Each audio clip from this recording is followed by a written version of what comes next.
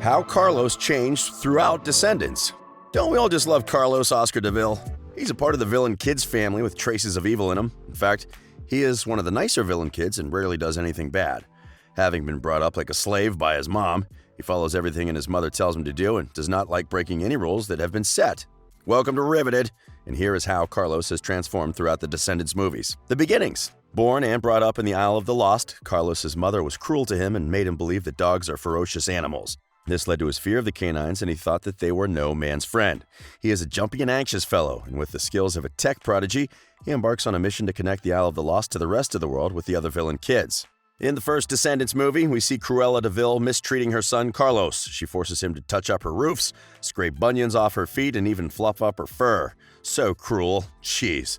Because of this, Carlos does not find anything bad in going to Aradon when an invitation came knocking. Carlos likes to play video games, and he is the one that helped the villain kids locate the museum where the fairy godmother's wand was kept. His knowledge of technology comes to the villain kids' rescue when Jay accidentally causes the alarm to go off, and Carlos hurriedly disables it, making others think it was a system error. He is young and physically weak as compared to the rest of his crew. This makes him a target to the bullies like Mal and Jay. In this kind of situation, the weaker person in the group happens to be the smartest, and Carlos is the extremely intelligent one. He understands mathematics, science, and he is also an athlete. With these kinds of friends, Carlos had a bit of a hard time finding one whom he could trust and confide in. Later, he and Evie grew closer, and there is an unbreakable bond between the two. Carlos is one loyal and faithful friend because he rescued Evie from a trap that Mal had built.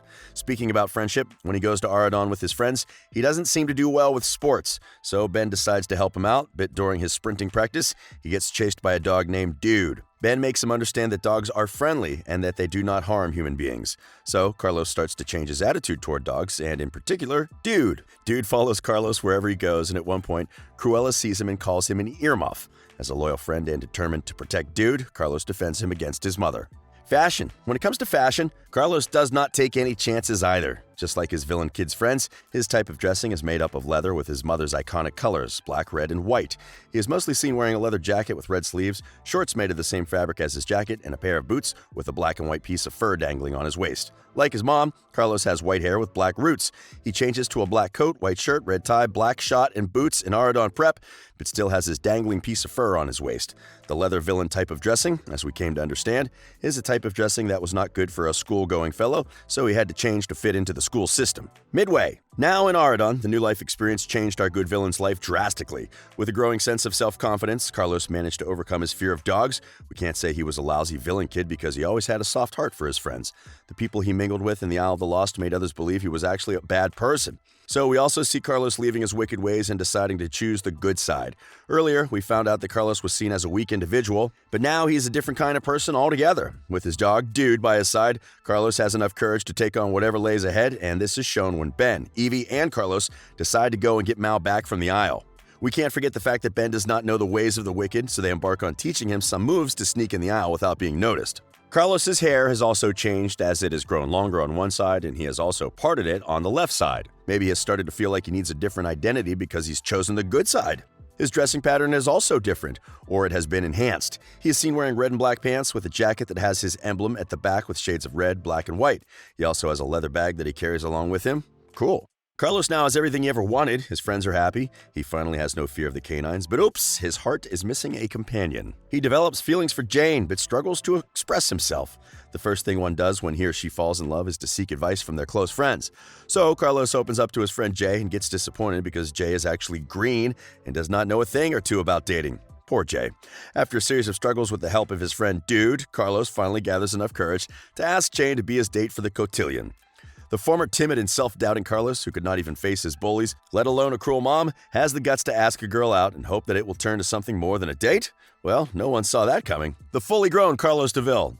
Carlos has now grown into a man. His physical appearance has changed immensely from what we used to see in the first Descendants movie. He now has a fully grown head of hair, his fashion sense has changed, and he's more confident than his former self. And the icing on the cake, he does not fear his cruel mother anymore. Now that the 4 villain kids were selected to go to Aradon Prep have grown, it's time for them to go back to the Isle of the Lost to choose 4 new villain kids to take to Aradon. Carlos's loyalty to his friends gets stronger as he sticks with Mal all through when fighting Audrey. This happened when Ben and Mal got engaged, and Audrey got frustrated because she's not going to be all she ever dreamed about, being the Queen of Aradon. Carlos turned from a boy who did not have a single clue about asking a girl out to a man who helped Ben get his proposal right when he wore a shiny gold hat and cheered Ben on. Way to go. He is one character that has proved that one is not usually what people think he is based on where he comes from or the kind of people he's grown up with. He also has the task of being a mentor to the new young villain kids who have been granted access to the paradise that all hero kids are brought up in. We see Carlos advising the little ones and even introducing them to what they are not used to, the likes of peanut butter cups. His outrage when the cake he worked so hard to make for his girlfriend was almost ruined left everyone laughing. Carlos has also shown that he's not anything like his mother. Unlike Cruella, who used to mistreat Carlos, Carlos loves Jane so much that he finds time to make a beautiful necklace for her. The necklace had a combination of their names on it that read Jarlos. What a sweet way of celebrating love, Carlos. It is evident that Carlos's childhood has shaped him into a fine man who knows what to choose between good and evil. Carlos's fighting skills is also another aspect that cannot go unnoticed. While fighting the enchanted knights, he loses his sword. A shield is thrown to him on which he uses to slide without of danger. That was impressive from you, Carlos. He also volunteered to get close to the raging beast, picking up his splinter and helping him calm down. This gave Jane time to transform the beast back to his normal self before things could get any worse. If Carlos had any fear, he must have suppressed it as he never showed any at all.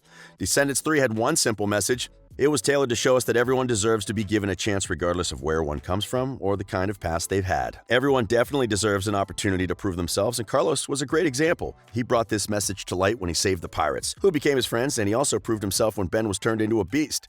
Carlos did not really care whether the villain kids were evil or good.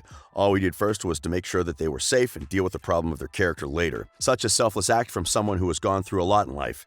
If any fan of the Descendants movies identified himself with the villain kids because of how evil they were portrayed at first, we are sure Carlos helped change that perspective of this narrative through his heroic acts. He changed the meaning of the term villain kids. Well, he might have been given a simple role or a supporting one for that matter, but Carlos really had a great impact in the Descendants movies. His growth is one story that many people will remember because it showed that people may be different, but that is the beauty of life. It creates a balance, and through interaction, people get to know the true identity of one another. Carlos, as played by the late Cameron Boyce, picked whatever was thrown at him, turned it into a good thing, and helped change the lives of the people of Aradon and the Isle of the Lost. He was such a strong character, given the fact that he also had his fears to fight and hurdles to overcome. We will surely miss you, Carlos. All right, that's it for today. Which was your favorite part of Carlos's life? Was it his fashion sense, his attitude towards the people of Aradon, or his love life? Whichever it is, feel free to share it with us in the comments section below. Remember, we publish new videos daily, so do not let anything pass you by. Just click on the subscribe button below now, and we'll see you soon. This has been Riveted.